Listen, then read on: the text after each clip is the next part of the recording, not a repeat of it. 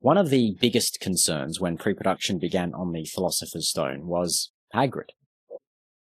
First years, this way. Come on now, hurry up. Twice as tall as a normal man, and at least 5 times as wide. That was the description on the page the production was tasked with bringing to life on the silver screen.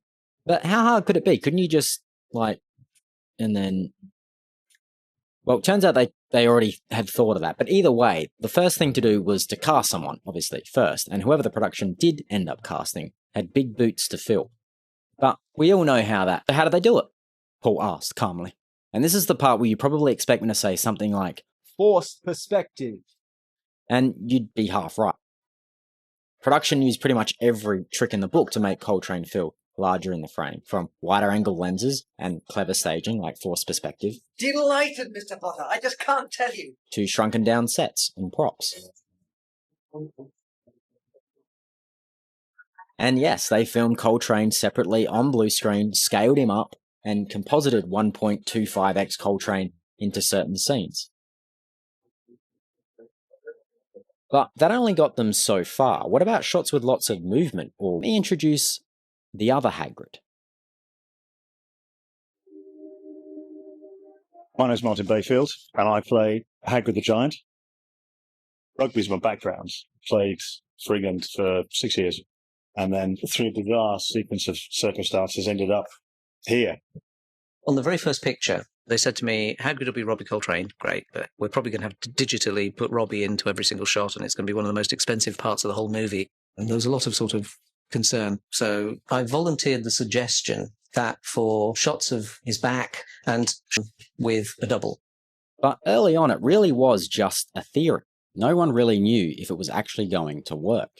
We did a lot of math to work out how big can Hagrid be. And it was very obvious very early on that it had all to do with the anatomy of your donor. Whoever you got, his elbows had to be pretty much where the elbows went. His knees had to be pretty much where the knees went. And those measurements dictated how big you could go. And so we did this big search to find somebody. And that's where they found their Martin Bayfield. So with Hagrid, you've got Robbie, who's just over 6 foot. Martin was 6'10". And we then worked out that if we put him on stilts, we could have a Hagrid that was 7'6". So that was what Hagrid's size became. And we built this suit, which was a big, flexible, soft bodysuit. But as promising as this suit theory was becoming, there was still an air of trepidation among the production as the special effects team tinkered away. In fact, Chris Columbus, the director of The Philosopher's Stone, said he didn't even want to see the suit until it was absolutely ready.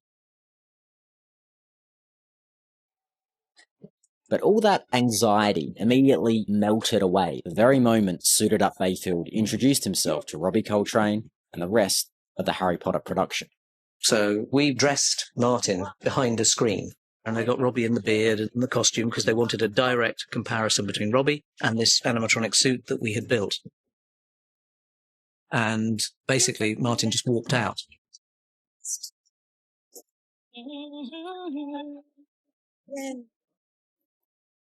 Persecution, you must fear. Be not lose the battle, get your shield. She was beautifully designed, brilliantly made up. What Nick Dublin did on that was really, really something. There was just a hell of a lot of laughing. They just bought it hook, line and sinker. Because you could see them going, actually, we can use this. We can really use this. And so, this iconic duo was born. And it became this delicate balance between Coltrane Hagrid and Bayfield Hagrid. If a shot demanded an emotional performance, Coltrane was your guy. But if you were shooting a wide or the back of Hagrid, or maybe you needed like a big physical maneuver, Bayfield was your man. He just had to make sure he matched the movement from Robbie's take perfectly. It's actually, believe it or not, quite difficult to match with what somebody else has already done. Because obviously for continuity, all the hands have to be in the right place, the reactions have to be in the right place. And we were kind of learning as we went along, the two of us, how it would come together.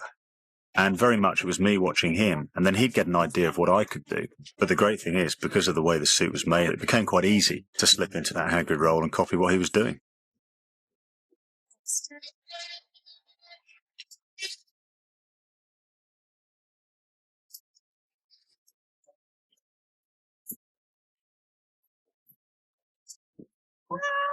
Like this shot from the first film, that's Martin Bayfield. And I've watched The Philosopher's Stone. That changed too.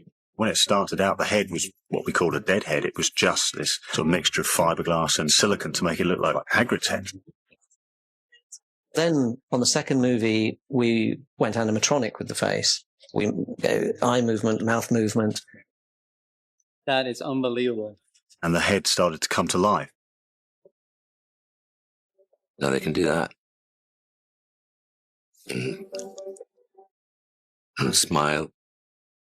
By the third film, we put a voice activation system into it so that Martin could say the lines and the mouth would move. Now I sound ridiculous as well as looking. Fantastic. My sister completely freaked out when she saw them. She saw a row of 5 of them. And she's sitting beside me, she's going, oh my God, it is such a work of art. The detail, and you see, I mean, every hair is punched into that head. It's incredible. And it really took an army to move the mountain. We have to make sure that pathways are clear, that he can get through doorways. So you need a team of people supporting him the whole time. You have a couple of dressers who get him into the bodysuit. You have an animatronic engineer who connects up all the wiring and the electronics and then operates the radio control, which moves the eyes, moves the mouth. It's known as Team Hagrid, and I've been working with these guys now for 10 years, and you make very, very strong friendships. They're a great group. Also, just quickly, how good is the big fold-out chair they made for Martin Bayfield? All I can think of is that Dennis Waterman skit from Little Britain. They're doing a production of Macbeth, and they want you for the lead. Heavy. In the end, the Hagrid £2,000 worked so well, they ended up using it a whole lot more than they had ever planned to. Hagrid walking with Harry through Diagon Alley, Bayfield. Hagrid lugging a Christmas tree, Bayfield. Hagrid dancing, Bayfield. This magic He's thrown out of worse places than this. Good afternoon, my name's Maureen, and I have a terrible facial hair problem. I tried absolutely everything. I've tried creams, I've tried jellies, I tried shaving. Every moment I woke up, it's like, my husband. 1,000, take 1. Was that 1,000?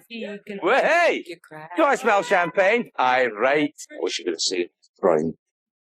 I've never said he was. Just magnificent.